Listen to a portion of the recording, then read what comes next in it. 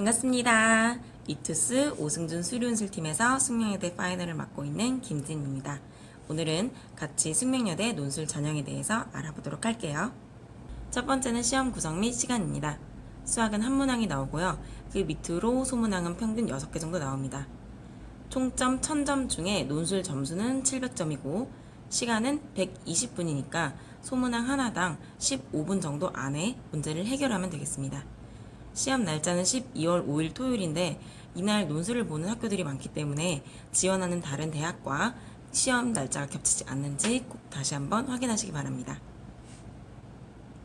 반영 비율입니다. 논술 70대 학생부 교과 30으로 반영되고요.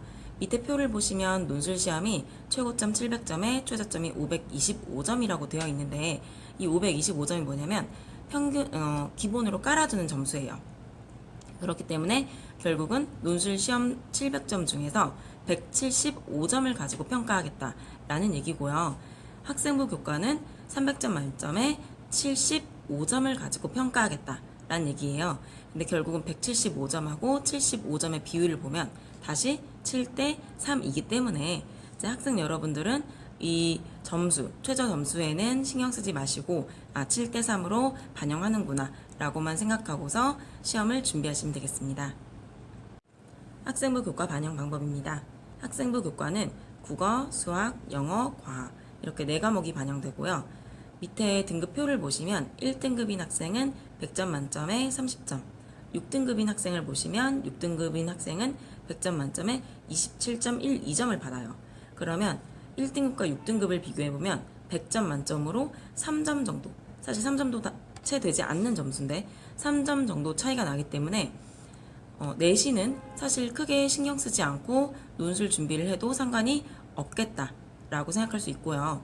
7등급, 8등급, 9등급인 친구들은 그래도 조금은 점수가 깎이기 때문에 7등급을 보시면 100점 만점에 한 4.2점, 4.3점 정도 이것도 신경을 안 쓰려면 안 쓸 수 있겠지만 그래도 신경이 쓰이는 친구들이 좀 더 많을 것 같아요. 그래서 7등급 이후로 이제 등급을 받은 친구들은 조금 더 체계적으로, 조금 더 열심히 논술 준비를 해야겠습니다.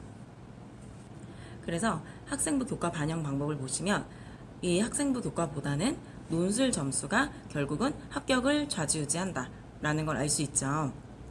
그래서 교과 성적이 좋지 않더라도 너무 신경 쓰지 마시고 논술을 준비하시면 되겠습니다. 수능 반영 방법입니다. 수능 응시 영역은 국어, 수학, 과학, 영어, 탐구, 과탐, 한국사를 응시하시면 되시고요. 수능 최저학력 기준은 국어, 수학, 영어, 과탐 한 과목 중에서 2합 4를 맞추면 됩니다. 한국사는 당연히 필수로 응시하셔야 하고요. 출제 범위는 수능 수학 가형 범위에 따라 출제되고 기한은 출제되지 않습니다. 유의사항입니다. 연필 또는 검정색 볼펜을 사용할 수 있고요. 지우개는 사용 가능하지만 수정 테이프와 수정액은 사용하지 못하기 때문에 웬만하면 검정색 볼펜보다는 연필하고 지우개를 사용하시는 편이 더 좋을 것 같습니다. 특징 및 출제 경향인데요. 숙명여대의 가장 큰 특징은 긴 제시문에 있죠. 그래서 학생들 중에 처음에 숙명여대 기출을 보고서 이제 당황해서 문제를 풀지 못하는 친구들이 있어요. 근데 이 긴 제시문에 당황하지 말고 차근차근 따라가 보도록 합시다. 이 제시문에서는 풀이에 필요한 핵심 개념을 제시하고 있고 선생님이 PPT에서 뭐라고 얘기했냐면 제시문의 문제 해결을 위한 접근 방식과 필요 내용이 비교적 적나라하게 제시되어 있다 라고 얘기했는데 사실 비교적 적나라하게 제시된 게 아니라 정말 대놓고 문제를 알려주고 있어요. 다른 학교의 제시문들을 보면은 도함수의 정의는 이런 거야 아니면 사이값 정의는 이런 거야 라고 얘기를 해주고 그 다음 문제가 나오는데 숙명여대 같은 경우는 문제를 처음부터 자기들이 풀어요. 자기들이 푸는 문제를 보고서 우리는 그 문제풀이 로직을 익힐 수 있는 거죠.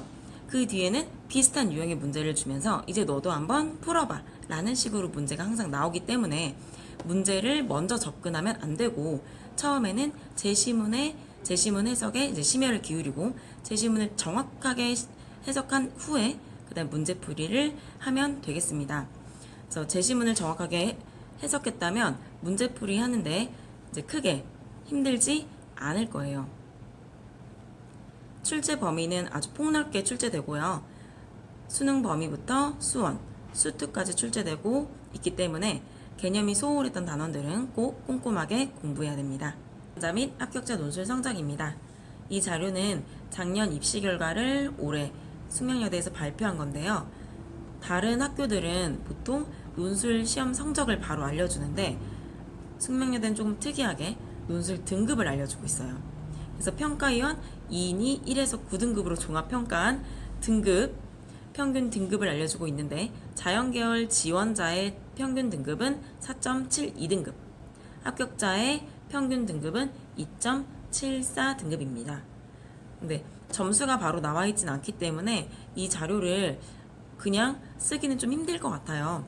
그래서 학생들하고 학부모님들께서 많이 알고 싶어 하셔서 제가 실긴 했지만 그냥 이렇게 보는구나 라고 생각만 하시고 넘어가시는 편이 훨씬 도움이 될 것 같습니다. 말씀드렸던 것처럼 숙명여대는 수능 직후 12월 5일 토요일에 바로 시험을 보기 때문에 논술을 준비할 시간이 많지 않습니다. 그래서 수능 끝나자마자 바로 논술을 준비하겠다라고 하면 좀 늦고요. 수능 전에 미리 체계적으로 논술을 준비하셔야 되겠습니다. 준비하신 만큼, 노력하신 만큼 좋은 결과 있기를 바라겠습니다. 감사합니다.